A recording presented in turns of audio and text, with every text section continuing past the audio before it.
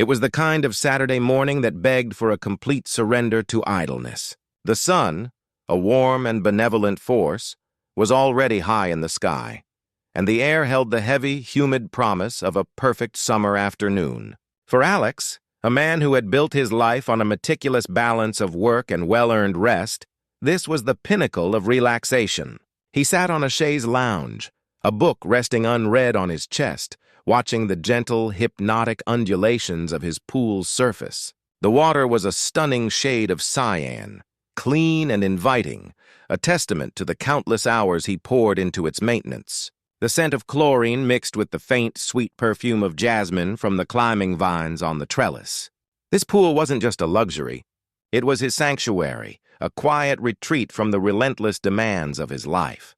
The tranquility shattered with the sound of a car door slamming with aggressive finality. Alex sighed, a small, weary sound, and propped himself up on his elbows. He didn't need to look to know who it was. The slam was an announcement, a declaration of arrival that belonged to only one person in the neighborhood. Karen. She swept around the side of the house, a whirlwind of brightly colored athleisure and an air of unshakable self-importance. Behind her trotted a small boy, no older than 7, clutching a Spider-Man pool float. Karen's face was a mask of practiced cheerfulness, but her eyes held the glint of a general surveying her newly acquired territory. "Alex, so glad you're here," she called, her voice echoing off the stucco walls. She didn't wait for a response, stepping directly onto the pool deck, her sneakers leaving scuff marks on the freshly hosed concrete. "Liam has been so excited. His birthday is finally here, and with our pool out of commission, well, you're our only option." The words hung in the air, audacious and presumptuous. Alex felt a cold knot form in his stomach. He hadn't been asked, not even remotely. This wasn't a question or a request. It was a unilateral decision. A claim. "Karen," Alex began, his voice calm, an impossible feat given the churning fury inside. "I'm not sure what you mean." "We have plans today." Karen waved a dismissive hand as if swatting away a pesky fly. "Oh, nonsense. It's a pool party. You can leave, you know. We'll be done by 5 so you can have your pool back for your evening dip."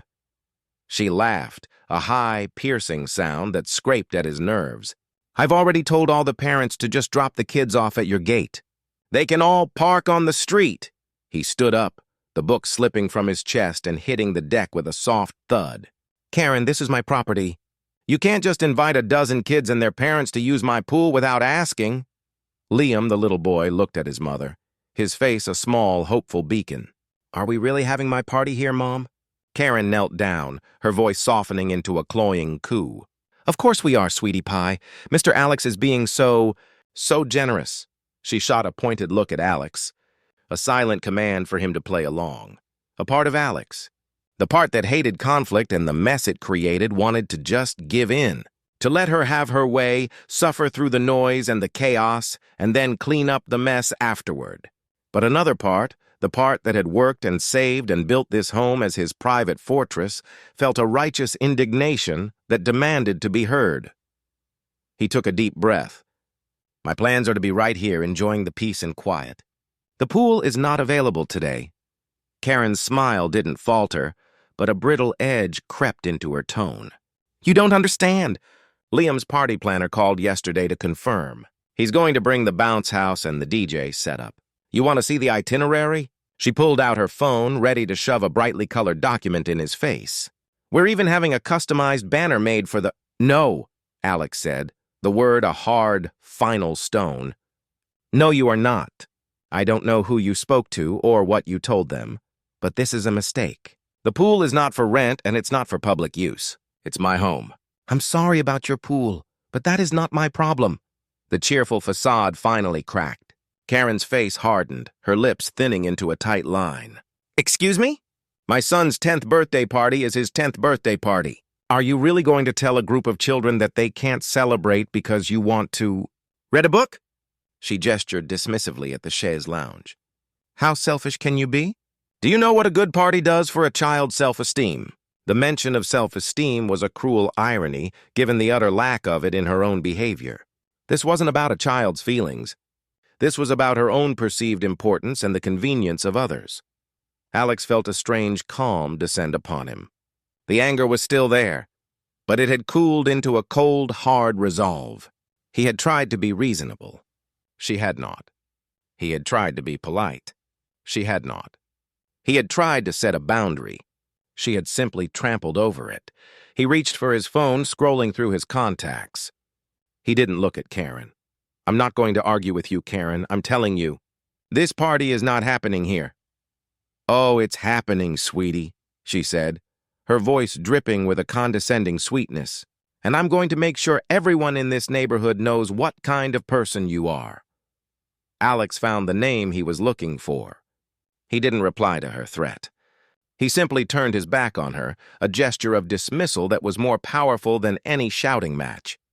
He walked toward the patio door and dialed the number. From inside his cool, quiet living room, he watched her.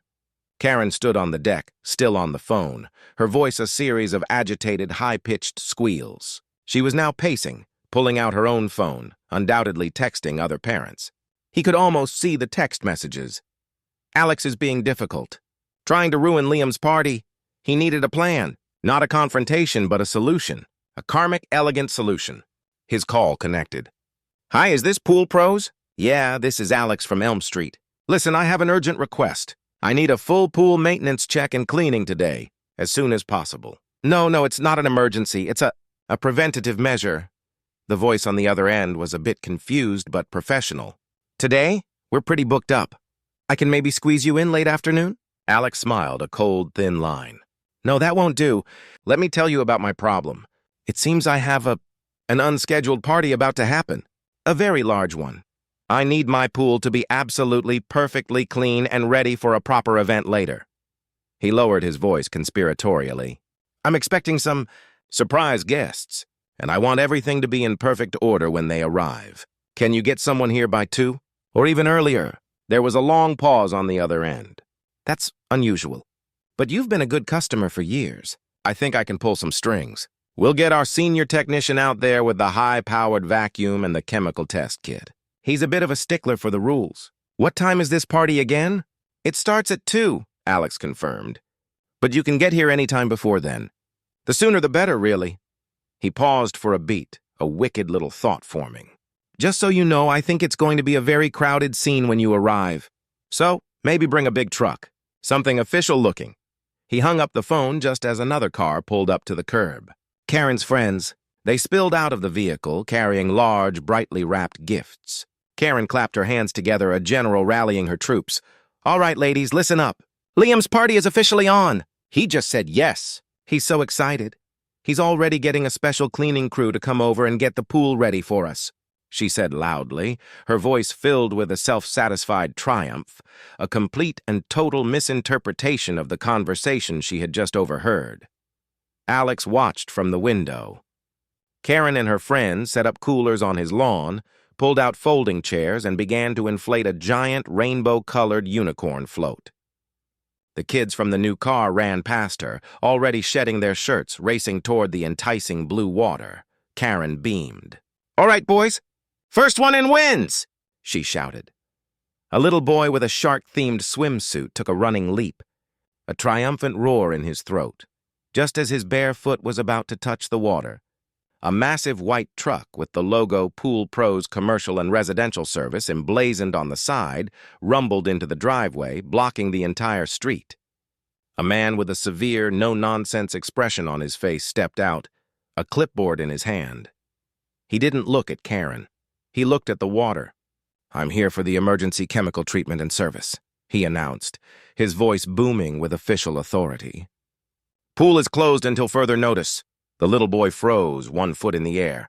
Karen's face, a second ago glowing with pride, went slack with a look of pure, unadulterated shock. The little boy, Liam, his shark-themed swimsuit a bright flash of defiance against the mundane gray of the concrete, was suspended mid-air. One foot was about to splash into the inviting water, the other still on the pool deck, his small body a living tableau of unfulfilled joy. His triumphant roar had died on his lips, replaced by a confused silence. The roar had been for his mom, for the promise of the best birthday party ever. Now, the roar of the massive, official-looking white truck and the booming voice of the technician had stolen his moment. The technician, a stocky, grizzled man with a sunburned neck and a utilitarian mustache, set his clipboard on the ground and began to unspool a thick, industrial-grade hose. He moved with the slow, deliberate efficiency of a man who had seen it all and was in no mood for nonsense. He didn't even glance at Karen, who was now staring at him, her mouth agape. The initial shock was rapidly giving way to a furious, blossoming red that crept from her neck to her cheeks. "Closed?" she finally sputtered, the single word a high-pitched shriek. "What do you mean, closed?" "This is a birthday party." The technician, whose name tag read Frank, finally looked up, his expression as flat as a still pond. He squinted at Karen, then at the various party accoutrements, the coolers, the inflatable unicorn, the gaggle of children now staring at him with a mix of awe and disappointment. "Ma'am, the owner requested an emergency chemical shock treatment and a full maintenance cycle," he said, his voice a low, gravelly rumble. "Said the water's looking compromised. We gotta drain some, treat it, and let the chemicals do their thing. It'll be a couple of hours at least before anyone can get in." Karen's mind raced, a frantic hamster on a wheel. Her carefully constructed narrative, the one she had just texted to a dozen parents, "Alex is so generous. He's even getting the pool professionally cleaned for us," was crumbling into dust. The humiliation was a tangible weight pressing down on her. "Compromised? This pool is pristine. I just saw him testing it this morning," she protested, her voice growing shriller. "He's just doing this to be difficult. He said the party couldn't be here, and now he's trying to ruin it." Frank sighed, a long, tired sound. "I don't know nothing about no party, ma'am. I just know what the work order says. Owner said he had some surprise guests coming over, and he wanted everything perfect. Said he was expecting a big crowd. Said I should bring the big truck." He gestured to the truck that was now a formidable blockade in the street, forcing an arriving minivan to back up awkwardly. "Looks like he was right about that, huh?" Karen turned, her eyes now burning with a cold, impotent rage toward the house. She spotted Alex watching from the window, a faint, almost imperceptible smirk playing on his lips. It wasn't a malicious grin, but a look of calm, unassailable victory. He wasn't even trying to hide it. That infuriated her more than anything. He hadn't engaged in a shouting match or a childish argument. He had simply acted. He had used her own logic against her. He had called a professional and made it a matter of official, irrefutable business. "Alex, get out here right now," she screamed, her voice cracking with fury. "You can't do this." Alex stepped out onto the patio, not a hair out of place, a serene expression on his face. He held a glass of iced tea, the condensation on the glass a stark contrast to the heat of the moment. He looked every bit the picture of a man enjoying his rightful, peaceful Saturday. "Do what, Karen?" he asked, his voice low and measured. "My pool service is here for their scheduled visit. They're doing exactly what I asked them to do." He looked at Frank. "Right, Frank? The high-powered vacuum and the chemical test kit?" Frank nodded, pulling a large, noisy machine with a long hose out of the truck. "That's right, sir. We've got the new superchlorination treatment ready to go. The water's going to be sparkling when we're done." Karen's friends, who had been whispering amongst themselves, now began to look at her with a mix of pity and discomfort. One of them, a woman named Sharon, stepped forward tentatively. "Karen, maybe we should just go. We can go to Chuck E. Cheese or something. It's fine." "No, it is not fine," Karen snapped, turning on Sharon with the ferocity of a cornered animal. "This is our birthday party. We planned this for weeks. It's not our fault our pool is closed. This is his fault. He's the one who's being selfish." She pointed an accusatory finger at Alex, who simply took a slow, deliberate sip of his tea. The children, sensing the charged atmosphere, began to whine and fidget. Liam, the birthday boy, started to cry, a small, heartbreaking sound that cut through the tension. "I just wanted to swim, Mommy," he wailed. The sound of his son's tears was a final brutal blow to Karen's composure. She saw the faces of the other parents, the quiet judgment in their eyes. They had been told this was a planned party, a generous act by a benevolent neighbor. Now they were witnessing a bizarre public meltdown. Karen, the master of appearances, was losing control, and she knew it. The whispers weren't about Alex anymore. They were about her. Karen's face crumpled. She wasn't just losing the argument. She was losing the war for public opinion, and she was doing it in a very public, very humiliating way. But just as the tide seemed to turn, a cruel glint returned to her eyes. She wasn't out of options. She had one last weapon, one last desperate, malicious gambit. She pulled out her phone and started to record. Her voice dropped to a deceptively calm, shaky whisper, loud enough for her phone to capture every word. "Look at this. He promised my 10-year-old a birthday party, a promise he made to his face. And now, look what he's doing. He's deliberately destroying the party he invited us to, just to be cruel." Her voice broke dramatically. "He's making my little boy cry, all for a pool cleaning, all for a simple act of kindness he promised to give and then took away." Alex's eyes narrowed. He hadn't promised anything. This was a complete fabrication, a lie designed to get sympathy and make him look like a monster. But the lie was a masterful stroke, aimed not at the people present, but at the wider audience of social media. Karen wasn't fighting him anymore. She was fighting to control the narrative. He knew what she was doing. He saw the gleam in her eyes, the theatrical sniffle, the way she angled the phone to capture both his cold, impassive face and her tearful, heartbroken facade. This wasn't just a party. It was a performance. And she was a seasoned actress, but Alex had seen her performance before. He knew every line, every false tear. He took a long, slow sip of his tea, his eyes never leaving the camera lens. He knew he had to respond, but not with anger. Not with her childish shouts and accusations. He had to respond with a truth so simple and so sharp it would cut through her fabricated reality. He placed the tea glass on a small table, making a clear, resonant clink that was sure to be picked up by the microphone. He stepped closer, his shadow falling over her. He looked directly into the camera. "Karen," he said, his voice a calm, powerful counterpoint to her hysteria. "I never invited you here. I told you directly that the pool was not available, and I'll let you and the internet know the real reason your pool is closed." Karen's face went white. He knew something she didn't. The smile of triumph, a grotesque caricature on her face, vanished. The phone began to shake in her hand. This wasn't a lie. This was a secret, a very public, very embarrassing secret she thought she had kept safe. And as Alex began to speak, revealing the terrible truth about Karen's own pool, the other parents' expressions shifted from sympathy to disgust, and the children's tears turned to wide-eyed silence. Karen's phone, still recording, shook in her hand. The dramatic, tearful facade she had so carefully constructed for the camera shattered, replaced by a mask of pure, primal fear. Alex's words, a quiet, almost casual threat, had hit their mark with the precision of a scalpel. He wasn't just going to win this battle. He was going to expose her most humiliating secret, the one she had desperately tried to bury, the one that explained in a single gut-wrenching moment why she was so desperate to claim his pool in the first place. "What are you talking about?" she hissed, her voice low and venomous. She tried to maintain her defiant stance, but her body language betrayed her. She took a half-step back, as if the camera might capture the truth she was trying to hide. Alex's voice, a calm and powerful counterpoint to her hysteria, carried across the quiet garden. Every word a hammer blow against her carefully crafted narrative. He looked directly at her phone, at the single red dot blinking in the corner, broadcasting their entire exchange. "Your pool, Karen," he said, the words dripping with a quiet, devastating finality. "You told all these people it was out of commission, but you didn't tell them why, did you?" He paused for a beat, letting the silence build, letting the tension coil. The other parents, who had been on the verge of turning away, now leaned in, their expressions a mix of confusion and morbid curiosity. Karen opened her mouth to speak, but no sound came out.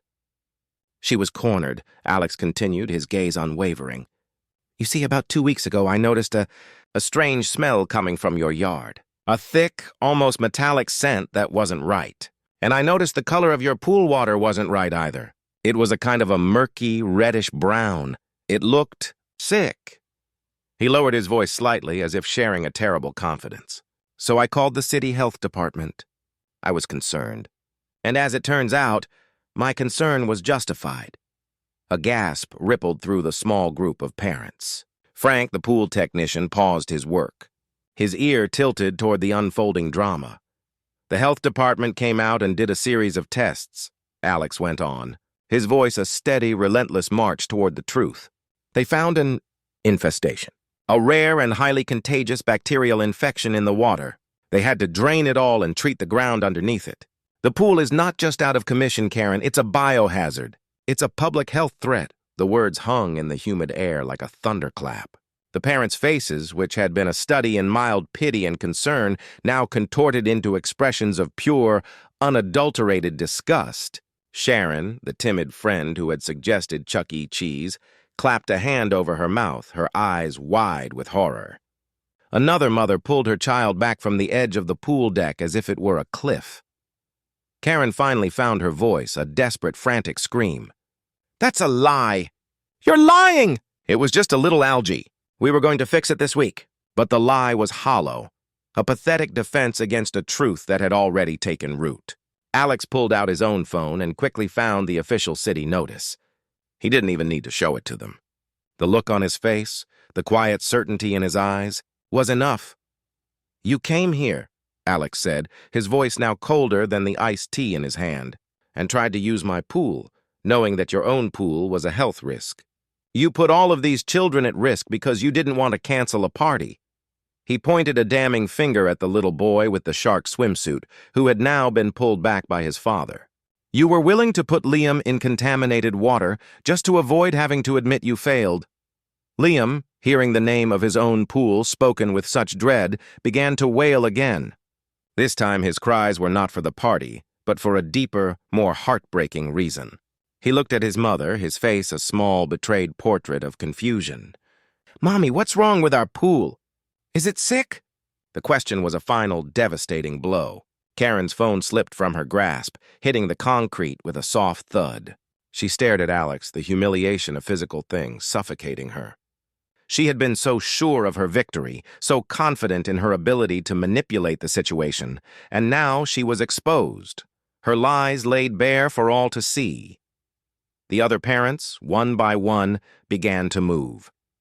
They didn't shout or argue. They simply started collecting their coolers, grabbing their kids by the hand, and walking away. The party was over before it had even begun. The inflatable unicorn, half inflated, sagged slightly in the heat. The presents, so brightly wrapped and full of promise, now looked like pathetic props in a failed play. Karen, standing in the middle of Alex's pristine lawn, watched as the last car pulled out of the driveway, the occupants pointedly avoiding eye contact. She was a statue of defeat, alone and utterly abandoned. The only sound was the low, steady hum of Frank's pool vacuum as he began his work, oblivious to the emotional wreckage around him. The water, a perfect, inviting blue, was now cordoned off by official-looking equipment, a symbol of Alex's unassailable defense. The karmic beat was complete. She had come to claim what wasn't hers and was now left with the ruins of her own reputation. She was a public pariah, her secret exposed, and her son's birthday party a complete and total disaster. As Frank lowered the powerful vacuum head into the shimmering water, sucking away invisible particles, Karen finally turned and walked away, her shoulders slumped in defeat. She wasn't just leaving Alex's pool. She was leaving the neighborhood with her tail between her legs, a very public cautionary tale. The silence in the car was a living thing, a heavy, suffocating blanket woven from 1,000 unspoken recriminations. The birthday presents for Liam lay in a crumpled heap in the back seat, their vibrant paper now looking cheap and gaudy. Sharon, the timid friend who had tried to interject, kept her eyes fixed on the road, her knuckles white on the steering wheel. The other two mothers in the car stared out their windows, their faces set in a grim, stony silence. Karen sat in the passenger seat, a statue of rage and shame, her phone clutched in her hand. The video she had recorded, meant to be her weapon, was now just a pathetic reminder of her public humiliation. She could still hear the gasps of the parents. She could still see the look on her own son's face, not just disappointment, but a deep, profound betrayal. The worst part was that Alex hadn't even raised his voice. He had simply delivered the truth, a quiet and devastating monologue that had dismantled her entire reality in a matter of seconds. He was a master of his own game, and she had walked right into the trap. Liam, thankfully, was in the car with his father, who had pulled away first. Karen had not even been able to look at her husband's face, which she knew would be a mixture of confusion and controlled fury. This wasn't just a failed party. This was a logistical and emotional catastrophe of her own making. The lie about the out-of-commission pool was meant to be a convenient white lie, a small fib to excuse her behavior. Alex had turned it into a public health crisis. When they got back to her own house, the backyard looked like a forgotten battlefield. The pool, once a bright, shimmering oasis, was now a stagnant, murky wasteland of reddish-brown water. The air was thick with the strange, metallic stench Alex had described. She hadn't realized how bad it was until she saw it through the fresh eyes of her own defeat. The pool cover was off, revealing a floating collection of what looked like. She didn't want to think about it. That was when the rage took over. It was a raw, primal, and infinitely more powerful emotion than her previous entitlement. It was born of shame, of a wounded ego, of the deep, gnawing realization that Alex had not only won, but had done so with a quiet, superior grace that made her feel small and insignificant. She was not the victim she had tried to portray. She was the aggressor, and she had been exposed. She couldn't let it stand. She had a new plan, a better one. She went inside, ignoring her friends who had quickly, and with thinly veiled relief, made their excuses and left. She ignored her husband, who was now dealing with a tearful Liam in the living room. She went to her bedroom, locked the door, and pulled up the video on her phone. She didn't need the part where Alex exposed her. She just needed the first 30 seconds. The part where she was a heartbroken mother, and he was a cold, cruel man. She began to edit. She cut out her screaming. She cut out the part where Frank explained his work order. She kept only the shot of the tearful Liam, the look on her own face of heartbroken confusion, and Alex's calm, impassive expression. She added a mournful, royalty-free piano track over it, a slow, sad melody that pulled at the heartstrings. The caption was simple and devastating. My son's 10th birthday party was ruined by our neighbor, Alex, who promised us his pool and then deliberately called a cleaning crew to shut it down just to be cruel. All because we had to postpone our own party. He laughed as my son cried. This is what entitlement looks like. She didn't mention the biohazard. She didn't mention the lie. She didn't mention the official notice from the city. She posted the video to the neighborhood Facebook group, a closed group of 2,000 residents. Then she shared it on Nextdoor. Finally, she posted it publicly on her own personal social media accounts, making it a weapon for the world to see. For a few hours, nothing happened. Karen stewed, imagining the comments, the outrage, the vindication. She pictured Alex, oblivious, going about his life, and she smiled a thin, malicious smile. She was going to make him pay. She was going to destroy his pristine life in the same way he had destroyed her perfect day. The first notification came in, then another and another. Soon, her phone was a constant vibration. The video was spreading like wildfire. Comments flooded in. Oh my God, what a monster. This is absolutely disgusting. Who does that to a child? That guy should be ashamed. I hope his neighbors shun him. He looks so smug, too. The worst kind of person. I'm reporting this to his HOA. This is a public display of hostility. The comments were a balm to her wounded ego, a sweet nectar of validation. She had done it. She had turned the narrative around. She was the victim and Alex was the villain. It was a lie, but it was a powerful one, and it was taking on a life of its own. Alex was enjoying the quiet. He had a triumphant sense of peace.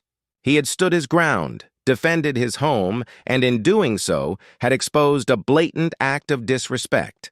He had assumed, after Karen's defeated retreat, that the conflict was over.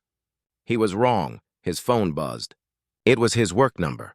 He was a structural engineer, a man who worked with blueprints, calculations, and the unassailable laws of physics.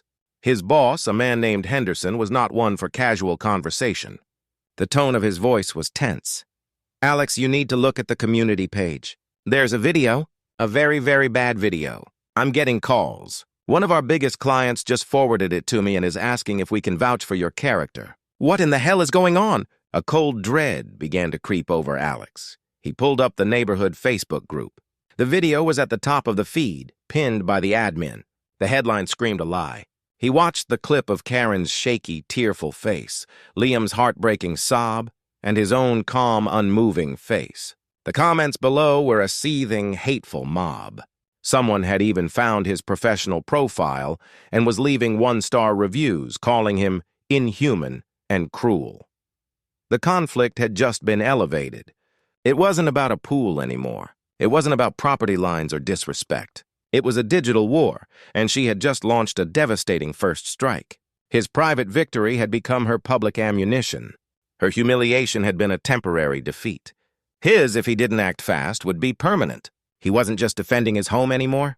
He was defending his reputation, his livelihood, his entire life.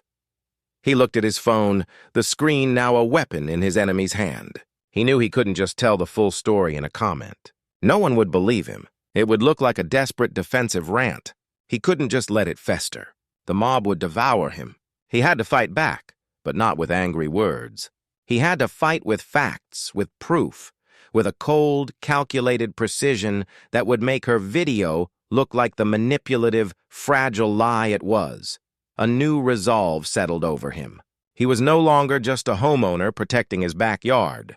He was a man with a target on his back. He had to hit back, but harder, smarter, and with a finality that would end the conflict for good. The final score. The cold dread that had settled over Alex was rapidly replaced by a surgeon's calm. His work as a structural engineer had trained him to look at problems not as emotional disasters, but as complex systems of cause and effect. Karen had thrown a wrench into his perfect weekend, but now she had taken it a step further. This was no longer a personal feud. It was a digital assault on his professional integrity. He wasn't going to shout or rage. He was going to use the same tools he used every day: logic, data, and an unassailable understanding of foundational truth. He didn't need to call a friend or consult an attorney yet. His first instinct was to gather the evidence. He opened his laptop, navigated to the city's official website, and pulled up the public health violation database. He searched his neighborhood and found the file number he had been given when he first called in the complaint about Karen's pool. The document was a treasure trove of irrefutable public record facts. It detailed the complaint, the date of the inspection, the names of the inspectors, and the results of the water analysis. It confirmed the presence of a serious bacterial infestation and noted that the pool was officially condemned for recreational use until it was properly drained, sanitized, and re-inspected. The document was an ironclad alibi, a direct refutation of every lie Karen had just posted. He knew a simple text post with a link to the document wouldn't be enough. The mob that had turned on him was fueled by emotion, not logic. They had seen a weeping mother and a tearful child, and their brains had filled in the rest. He had to fight fire with fire, but his fire would be an inferno of unassailable, cold truth. He would use video. He went to his patio, the same spot where the entire debacle had begun. He set up his phone on a small tripod, angling it to capture a wide shot of his sparkling, pristine pool behind him. He didn't wear a suit or a tie. He wore a simple polo shirt, the same one he had been wearing all morning. He stood there, relaxed and composed, a man with nothing to hide. He began to speak, his voice low and steady, a calming contrast to the manufactured drama of Karen's clip. He didn't mention her by name. He didn't use inflammatory language. He simply stated the facts. "Hello, everyone," he began, looking directly into the camera. "My name is Alex, and I'm a structural engineer. This morning, my pool service came by for a scheduled visit. My pool, as you can see, is clean and ready for use." He gestured with a calm, open hand towards the shimmering water. "Unfortunately, a neighbor had an emergency come up and wanted to use it, but I told her it wasn't a good time. I had a specific reason for my reluctance, and I think it's important to share that reason now, especially since there's been a lot of false information spread online." He then held up his laptop, turning the screen to face the camera.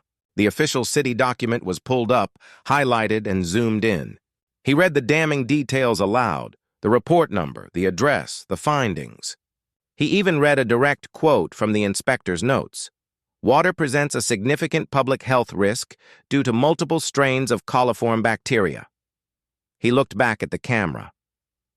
The party wasn't a spontaneous decision on her part. It was a desperate attempt to move a contaminated gathering from her home to mine. He then held up a second image on his phone, a close-up photo he had taken 2 weeks ago, a silent, damning piece of evidence. It was a shot of Karen's pool, the water a sickening reddish-brown. The photo was a visual gut punch. It made her claim of just a little algae a monstrous lie. "I am a professional who deals with the public's safety every day," he said, his voice gaining a quiet, powerful conviction. "When I saw this, my first thought was not of a neighborly dispute, but of the public health and safety of our community's children. I made a difficult choice, one I knew would be unpopular, but it was the right choice. My pool service was not called to maliciously ruin a party. They were called to prepare my pool for the large number of children who would be coming over to use it, once it was safe." The lie was not just a lie about his character. It was a lie that endangered children, and that was a truth no one could ignore. He ended the video with a simple, direct plea. "I believe in a community built on honesty and trust. Please, let's be responsible for the truth and for each other." He posted the video, then took a screenshot of the official city notice and attached it as a separate comment. He didn't wait for the responses. He had done all he could. He closed his laptop, poured himself another glass of iced tea, and waited. The response was not a slow burn. It was an explosion. The comments on his video were instant and overwhelming. The first few were from those who had been duped, their words a mix of apology and fury. "Oh my God, Alex, I'm so sorry. I should have known better. This is a total mind game. I can't believe she would do that. What a monster! Endangering kids for a party? Unbelievable." Then, the narrative truly began to turn. The same people who had been leaving venomous one-star reviews on his professional profile were now deleting them and posting new comments of support. Someone from the neighborhood next door group had already shared his video, and the tide was turning there as well. The lie had been exposed, and the anger that had been directed at him was now being redirected with a vengeance at its rightful target. Karen, meanwhile, was reveling in her temporary victory. She was on her couch, a smug grin on her face, refreshing her social media feeds and watching the hate comments pour in against Alex. She had done it. She had won. She had painted him as a villain and herself as a victim. Her husband, Chris, walked in, a strained look on his face. "Karen," he said, his voice low and serious. "What did you do?" She sighed dramatically. "I told you he ruined Liam's birthday. I just posted the video so people would know what a terrible person he is." Chris held up his phone. He wasn't looking at her video. He was looking at Alex's. His face was a mask of cold, controlled fury, a look Karen had never seen directed at her before. "I just saw this, Karen. I saw the video. I saw the official city notice. I saw the pictures of our pool." His voice was a flat, toneless whisper, a sound more terrifying than any shout. "Is this true? Did you know our pool was a health hazard? Did you try to host a party here anyway? And then did you try to move it to a neighbor's house knowing all those kids would be in contaminated water?" The questions hit her like a physical blow. Her smug grin vanished, replaced by a terrified realization. He knew. Her husband, the man she had lied to and manipulated, now knew the full, unadulterated truth. And the look in his eyes told her that the digital war was over. The real one was just beginning.